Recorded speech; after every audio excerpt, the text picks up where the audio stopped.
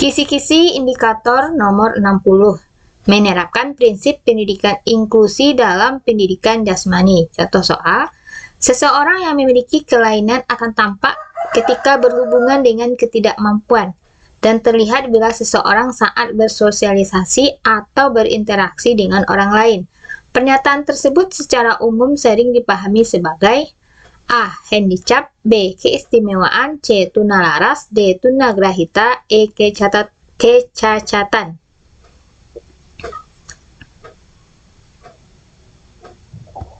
Jawaban C. Tunalaras. Jadi untuk inklusi ini ada beberapa ya teman-teman yang biasa kita sebut dengan ABK, anak berkebutuhan khusus.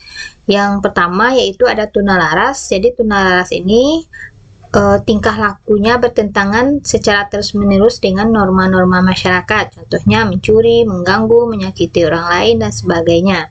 Kemudian ada tunagrahita yaitu mengenai kemampuan intelektual atau kognitifnya yang di bawah rata-rata.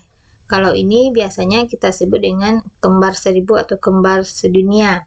Yang ketiga, tunarungu, yaitu tidak bisa mendengar. Yang keempat, tunadaksa atau cacat tubuh. Yang kelima, tunanetra atau tidak bisa melihat. Jadi untuk berhubungan dengan orang lain atau bersosialisasi itu biasanya tunalaras. Kisi-kisi indikator nomor 49 menerapkan konsep dasar pendidikan kesehatan khususnya makan makanan bergizi, peran dan fungsi aktivitas fisik serta makanan bergizi dan mengontrol berat badan dan pencegahan penyakit dalam pembelajaran pendidikan jasmani. Setiap manusia membutuhkan macam-macam nutrisi. Kebutuhan nutrisi tubuh tersebut salah satunya adalah karbohidrat. Karbohidrat selain sebagai sumber tenaga juga berfungsi untuk A. Membantu percepatan pembentukan hemoglobin dalam darah. B. Mempertahankan suhu tubuh. C. Membentuk zat kekebalan tubuh. D. Mengatur keseimbangan cairan dalam tubuh. E. Membantu percepatan pembentukan sel baru. Jawaban B. Mempertahankan suhu tubuh. Selain mempertahankan suhu tubuh, karbohidrat ini juga sebagai sumber tenaga dan sebagai makanan cadangan. Kisi-kisi indikator nomor 100 mengenai menyusun artikel sebagai bentuk diseminasi hasil PTK pendidikan jasmani.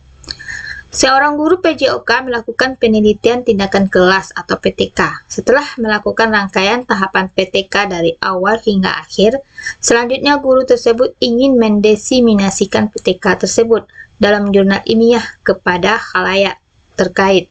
Maka harus dituangkan dalam bentuk A. Artikel ilmiah, B. Makalah, C. Disertasi, D. Skripsi, E. Tesis.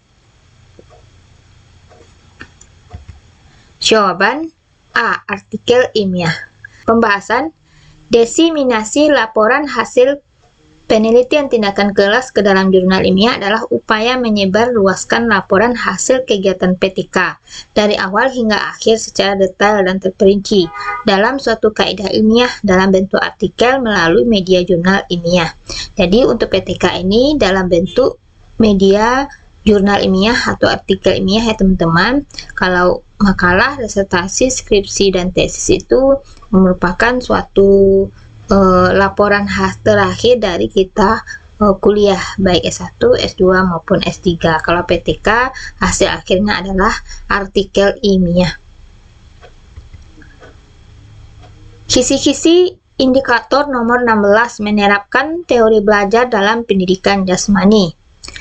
Ketika pembelajaran PJOK, Pak Miko selalu memberikan motivasi kepada peserta didik benar-benar mengerti, memfasilitasi materi dengan media kreatif, dan memelihara suasana belajar agar senantiasa kondusif. Proses pembelajaran yang dilakukan oleh Pak Miko tersebut merupakan salah satu contoh penerapan dari teori belajar. A. Afektif, B. Kognitif, C. Humanistik, D. Konstruktivistik, E. Behavioristik.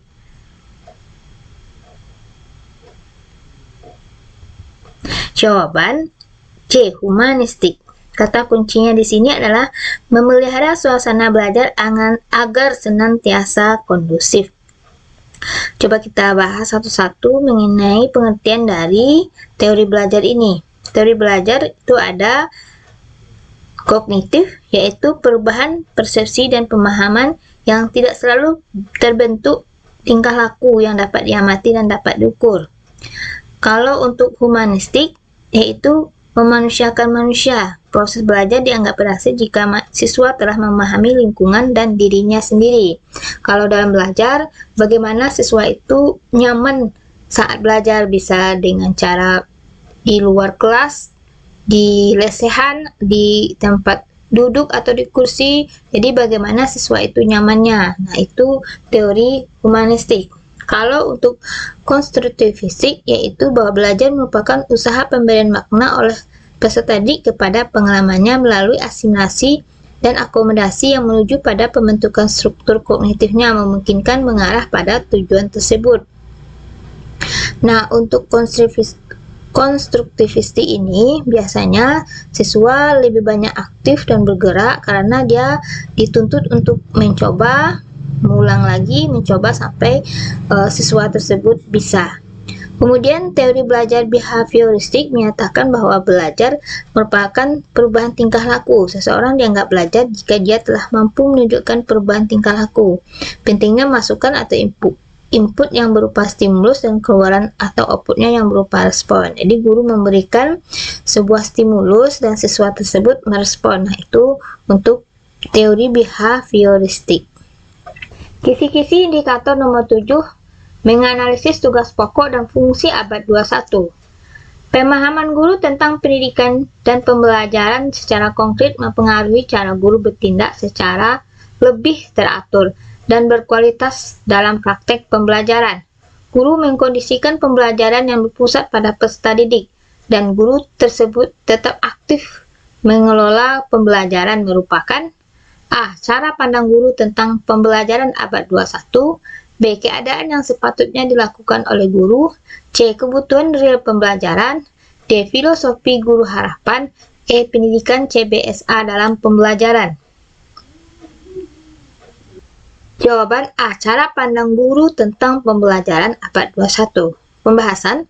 Guru abad 21 itu harus bisa menjadi guru yang mempesona, artinya guru mempunyai kemampuan untuk memahami karakter peserta didik, sehingga ketika merancang pembelajaran bisa menyesuaikan dengan karakter, kondisi, dan keadaan peserta didik. Jadi, dalam pembelajaran, guru abad 21 itu melakukan langkah-langkah. Yang pertama, melakukan pengamatan terhadap suatu fenomena untuk menemukan masalah. 2. Merumuskan pertanyaan. 3. Mencoba. 4. Mengasosiasi. 5. Mengkomunikasikan. Ini langkah-langkah saat pembelajaran guru abad 21. Jadi, dalam langkah-langkah ini, maka siswa akan menjadi aktif. Dan di samping siswa aktif, guru tetap menjadi fasilitator, guru tetap mendampingi. Nah, sehingga pembelajaran menjadi berpusat kepada peserta didik.